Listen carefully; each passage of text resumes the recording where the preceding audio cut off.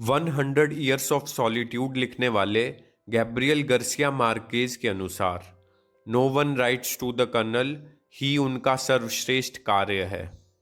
चलिए समरी शुरू करते हैं। कर्नल ने कॉफी के डिब्बे का ढक्कन खोलकर देखा। उसमें एक छोटा चम्मच भर कॉफी ही बची थी। उसने आग के ऊपर रखे बर्तन को उठाया और उसके आधे पानी को फेंक दिया। कॉफी के डिब्बे में जितनी भी कॉफी बची थी खुरचकर बर्तन में डाल दी।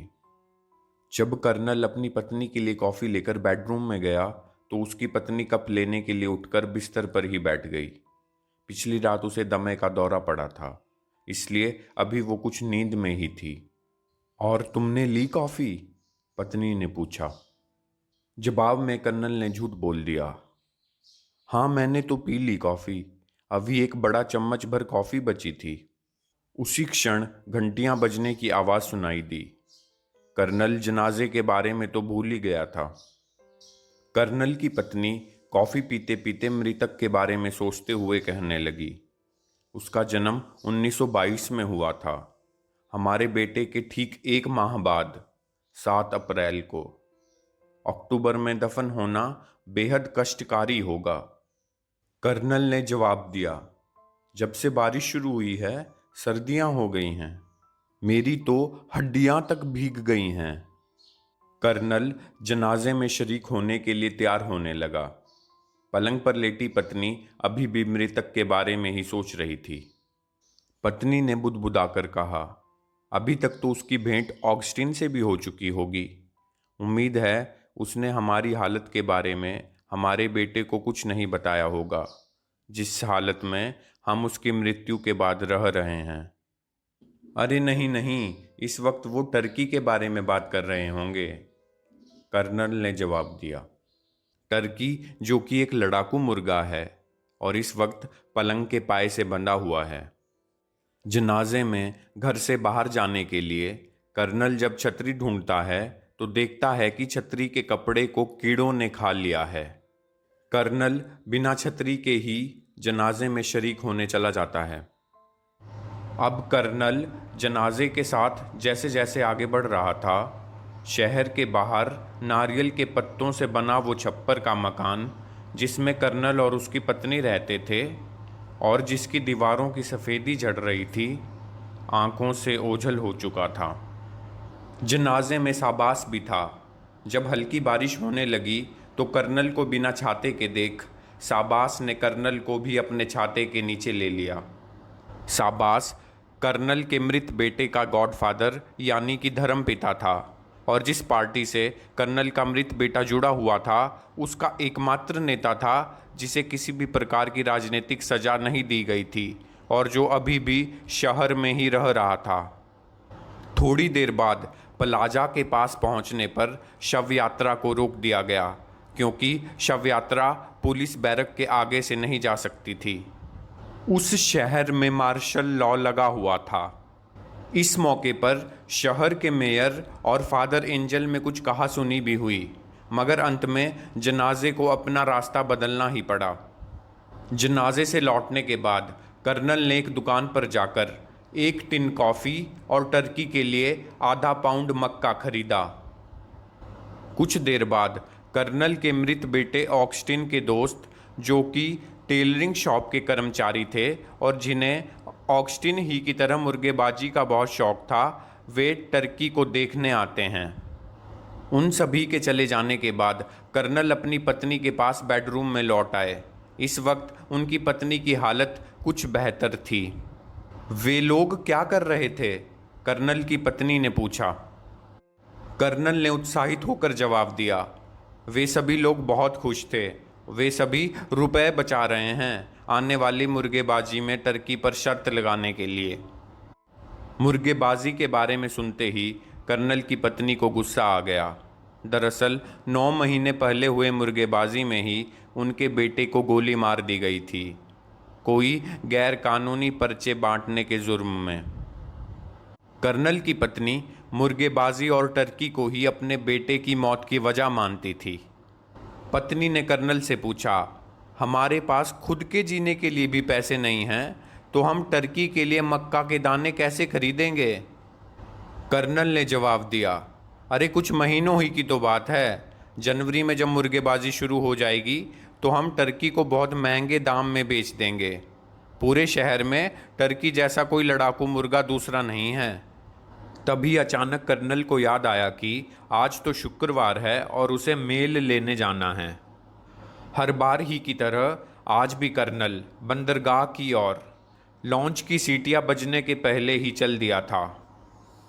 बीते 15 सालों के हर शुक्रवार ही की तरह आज भी कर्नल को किसी चिट्ठी का बेसब्री से इंतज़ार था। कर्नल की आंखें हर बार ही की तरह इस बार भी पोस्ट मास्टर को बेहद उत्सुकता के साथ देख रही थी। सारी चिट्ठियां बांट देने के बाद पोस्ट मास्टर ने जब कर्नल को देखा तो उसकी आंखों से आंखें न मिलाकर ही उसने कहा, कर्नल के लिए आज भी कुछ नहीं है। कर्नल ये सुनकर शर्म से संकुचित हो गया। मैं तो इंतज़ार भी नहीं कर रहा था किसी मेल का, उसने झूठ कहा। वापस घर लौटकर रात के 11 बजे कर्फ्यू का हूटर बजने तक कर्नल एक लोकल अखबार पढ़ने में व्यस्त रहा। उन्होंने पहले पेज से अंतिम पेज तक विज्ञापनों सहित सब कुछ पढ़ डाला। अगले दिन जब कर्नल को ये एहसास हुआ कि टर्की को दिए जाने वाले मक्का के दाने खत्म हो चुके हैं, तब वह अपनी पत्नी से पैसों मांगने चले गए। मेरे पास अब सिर्फ 50 सेंट ही बचे हैं, पत्नी ने उत्तर दिया। ये लो 50 पैसों, कल के लिए कॉफ़ी और चीज़ भी लेते आना। मगर 1 पाउंड मक्का ही 42 रुपए का आएगा, कर्नल ने जवाब दिया। यह सुनकर कर्नल की पत्नी जब गुस्सा हो गई तो कर्नल ने कहा, मेरा बस चलता तो मैं इस टर्की का आज शाम को ही शोरबा बना देता, मगर वो गरीब बच्चे जो मुर्गे की लड़ाई के लिए पैसों बचा रहे हैं, बस उनके लिए मैं। कर्नल की पत्नी ने जवाब दिया, ठीक है मक्का खरीद लो, अब भगवान ही जाने क्या होगा हमारा। अगले शुक्रवार फिर किसी चिट्ठी की आशा में कर्नल बंदरगाह की ओर गया, मगर इस बार भी पोस्टमास्टर ने कर्नल को बिना देखे ही कहा, कर्नल के लिए आज भी कुछ नहीं है। कर्नल को कोई लिखता ही नहीं है। फिर इससे अगले एक और शुक्रवार को भी कर्नल बिना किसी चिट्ठी के ही लौटा। उस रात पत्नी ने कर्नल से कहा, हमने बहुत लंबे समय तक प्रतीक्षा कर ली। पिछले 15 सालों से हम किसी चिट्ठी की प्रतीक्षा में ऐसे ही बैठे हैं।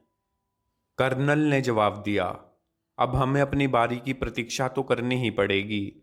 हमारा नंबर 1823 है। इस रात भी कर्नल ने अपनी आदत के अनुसार पहले पेज से अंतिम पेज तक विज्ञापनों सहित पूरा अखबार पढ़ डाला। लेकिन आज कर्नल का मन पढ़ने में नहीं लग रहा था। पढ़ते हुए भी वह वेटरन पेंशन के बारे में ही सोचता रहा। 19 वर्ष पहले जब कांग्रेस ने कानून बनाया था, तब कर्नल को 8 वर्ष लगे थे अपने अधिकार को सिद्ध करने में। फिर उसे 6 वर्ष और लगे थे उस लिस्ट में अपना नाम जुड़वाने में। कर्नल को अंतिम पत्र इसी विषय में मिला था।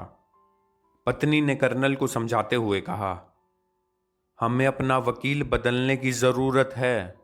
कर्नल ने उत्तर दिया, समस्या यह है कि वकील बदलने के लिए रकम लगती है। पत्नी ने जवाब दिया, नहीं बिल्कुल नहीं, तुम्हें बस उन्हें इतना कहना है कि तुम्हारी जो भी फीस है वो पेंशन मिलने पर काट लेना। इसलिए शनिवार की शाम कर्नल अपने वकील से मिलने पहुंच गए। वकील कर्नल से जब ये कहने लगा कि मैंने तो तुम्हें पहले ही चेतावनी दी थी कि इन सब मामलों में बहुत समय लगता है। इस पर कर्नल ने जवाब दिया, यह कोई दया की भीख नहीं है जो हमें खैरात में बांटी जा रही है। हमने रिपब्लिक को बचाने के लिए अपनी हड्डियां तुड़वाई थी। कर्नल अपने वकील से सारे जरूरी कागज लेकर वापस आ गया। अगले पूरे हफ्ते बारिश होती रही। नवंबर की दूसरी तारीख को कर्नल की इच्छा के विपरीत पत्नी ऑगस्टीन की कब्र पर फूल लेकर गई। कब्रिस्तान से लौटते वक्त उसे दूसरा दौरा भी पड़ गया।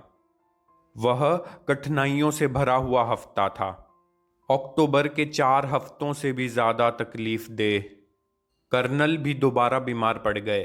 घंटों वे ठंडे पसीने से हाँफते हुए यह महसूस करते रहे कि उनकी आंतें टुकड़े होकर बाहर निकलने वाली हैं।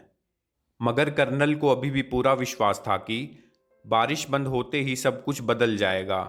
जैसे ही चिट्ठी उन्हें मिलेगी, सब कुछ पूरी तरह से बदल जाएगा। इस बार कर्नल की जिम्मेदारी थी घर की माली हालत को सुधारने की। पड़ोस के किराने की दुकान से उधार मांगते मांगते भी अब उन्हें शर्म आने लगी थी। कर्नल की बीमार पत्नी ने जब एक बार फिर कर्नल से ये कहा कि तुम टर्की को बेचकर उससे छुटकारा क्यों नहीं पा लेते हो, तब कर्नल ने फिर वही जवाब दिया, अभी इसकी अच्छी कीमत नहीं मिलेगी। 2 महीनों बाद जब मुर्गेबाजी शुरू होगी तब इसकी अच्छी कीमत मिल जाएगी। कर्नल ने दरअसल उसी शाम से जब उसके बेटे को गोली मारी गई थी, टर्की को बचाए रखने का निर्णय लिया था। मगर कर्नल की पत्नी टर्की को ही अपने बेटे की मौत का जिम्मेदार मानती थी। कर्नल की पत्नी चाहती थी कि कर्नल टर्की को बेच दें और टर्की को बेचकर जो रुपए मिलेंगे उनसे कुछ दिन का खाने का इंतजाम तो हो जाएगा। मगर कर्नल हर बार यही कहता रहा, सिर्फ नवंबर, दिसंबर और जनवरी, 3 महीने में कोई मर नहीं जाता है। कर्नल की पत्नी कर्नल को घड़ी बेच देने के लिए कहती है, मगर खुद में ही रहने वाला कर्नल घड़ी को बेचने में लज्जा महसूस करता है। कर्नल घड़ी लेकर घर से बाहर तो निकलता है, मगर उसे बेचने में सफल नहीं हो पाता। हताश हुआ कर्नल जब घर वापस लौटता है तो उसकी पत्नी उसका स्वागत मसले हुए मक्के की प्लेट से करती है। कर्नल ने जब पूछा कि इतना सारा मक्का कहाँ से आया, तो उनकी पत्नी ने जवाब दिया, टर्की से। आज दिन में लड़के इतना ढेर सारा मक्का टर्की के लिए लेकर आए थे। कुछ दिन बाद कर्नल की पत्नी अपने पड़ोस में ही फादर एंजल के पास गई। वह अपनी शादी की अंगूठी के बदले उधार लेना चाहती थी, मगर फादर एंजल ने इनकार कर दिया। उन्होंने कहा कि पवित्र वस्तुओं को इस तरह खरीदा बेचा नहीं जाना चाहिए।